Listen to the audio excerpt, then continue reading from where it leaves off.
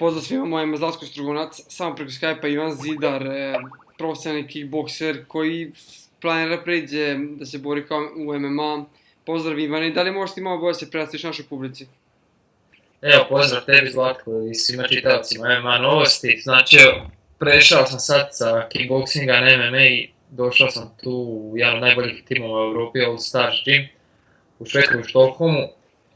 Kad sam se odlučio prijeći u MMA, čisti splet okolnosti, počelo mi je nešto loše ići na poslu, u kickboksingu, u sportu i slučajno naletim na stranicu Castor MMA Management i vidim da je to Vice Stanišić, kolega kojega sam upoznao na FFC-u, bio je koordinator boraca mečeva i javio se njemu čisto onako iz zezancije, jel može to srediti da se dođe tamo trenirati, prešao bi na MMA i eto tako se dogodilo. Čuli su se, on je rekao neke svoje zahtjeve, ja svoje uvjete i dogovorili su se, evo me, sad sam tu u Švedskoj. A zašto želiš da pređeš sa kickboksa na MMA? Pa, znaš, imao sam došao težak posao, radio sam u vojsci, imao sam tamo razna natjecanja, obaveze na fakultetu, u sportu i sve sam usmjerio na sve strane, raspršio. I na kraju u ničemu nisam postigao što sam htio, niti u sportu, znači niti u kickboksingu, niti u boksu, niti u poslu, a niti boga na fakultetu. Tako da je sve palo u vodu.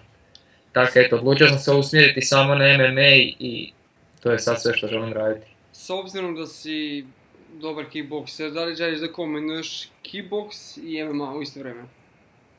Pa vidi, jedino što bih želio još učiniti što se tiče kickboksa, to je odraditi Europsko prvenstvo ove godine za reprezentaciju još jednom što je u Grčkoj.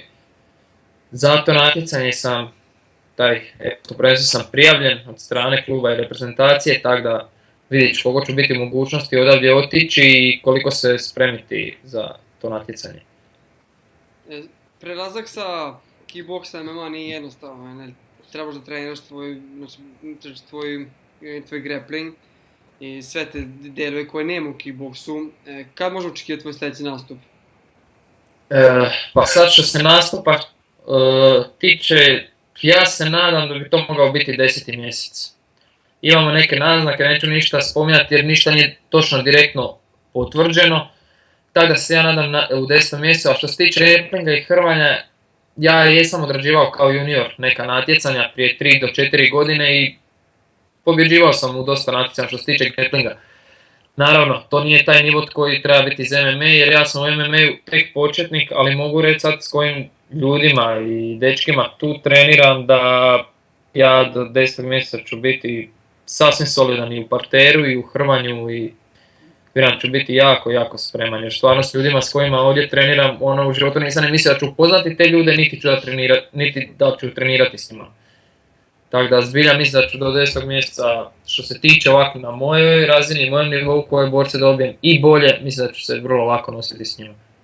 Spomenuo se da treniraš u All Starsu i kakvi su ti utisci sa tamo iz All Starsa i šta misliš o kvalitetu All Starsa i atmosferi u All Starsu jer All Stars je trenutno možda najbolji klub u Evropi i imaju možda najkvalitetniji MMA borce u Evropi. Šta ti kažeš o tome?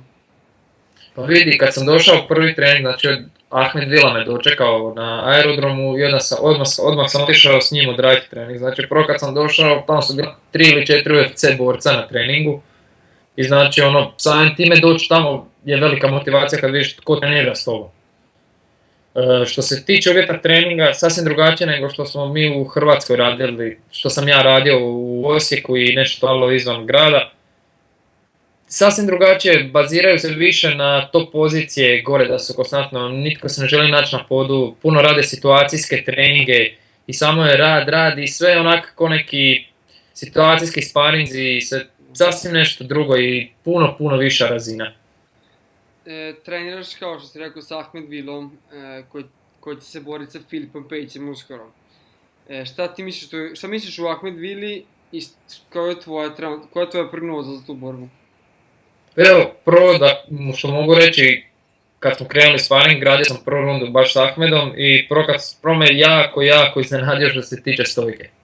Stvarno je u tome jako dobar, baš me ugodno iznenadio, a poslije kad me shrvao, nisam mogao ništa, mogao sam ležati na leđima i to.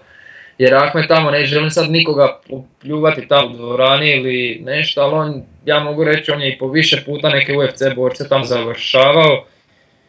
I nema koga on nije završio tamo i s kim nije mogao i u stojci, i u hrvanju, i u parteru. Znači, zbilja, ja sam njega znao preko Fejsa i znao sam, vidio sam da je pobjedio u UFC-u, da je osvojio do 70 kg pojas, ali ovako što nisam očekivao, iskreno. Ono znači, 19 godina i tako trenira, tako radi, evo majke mi, ja se baš jako iznenadio. To je. Ivane, šta mi kao fanovi publika možemo očekati od tebe kad budeš počeo se boriš u MMA? Pa, ne mogu ja sad ništa reći što može se očekati. Ja znam da ću ja dati sve od sebe isto kao što sam davao u kickboksu. Prihvatit ću meč kogog ponude, ako sam spreman, mene ne zanima tko je s druge strane, ako sam ja full spreman. Ali što sam već rekao, ja sad tu početnik ne treba ništa posebno najavljivati ili nešto.